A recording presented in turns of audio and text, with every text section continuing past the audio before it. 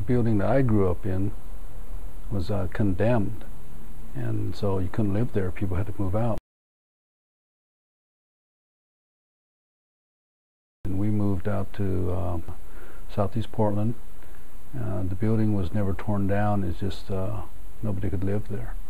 Well, I think a long time ago, the city limits used to be southeast 82nd Street.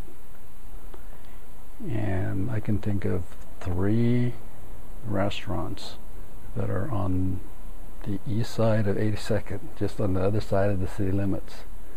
And the reason they were built there, I believe, was to get around the city's gambling laws. And the later immigrants, a lot of them are educated and well off when they come here. So they're not going to move to a Chinatown, even if there was a Chinatown for them to move to. They just move straight to the suburbs. You have a lot of homeless people in the area, a lot of the mentally ill in the area. You got all these social services in the area, the missions and free lunch and free meal programs, and it's just not conducive to raising families. Southeast Portland, relatively to the rest, northeast, northwest, and southwest, the price of real property is comparatively less expensive. So the economic ladder-wise, the Chinese is still, I would say that they tend to be in the middle, lower middle part. So that's an area where they can afford. So you see that congregation of ethnic Chinese folks owning property, owning a home in that area. Here we have a glass that is with water inside. I would say that the Chinese, they are like the water.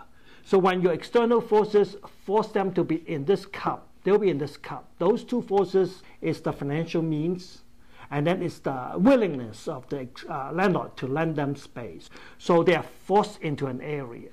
The glass will break because we are allowed to own property. We have a stronger presence here.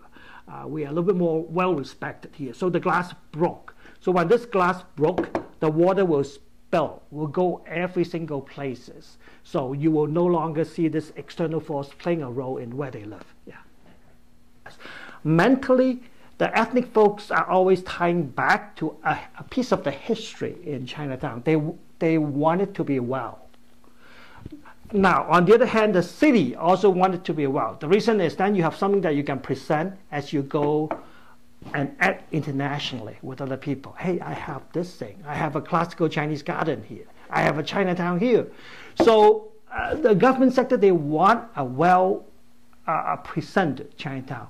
Now, practically, it's not that simple because you want to reverse the cause.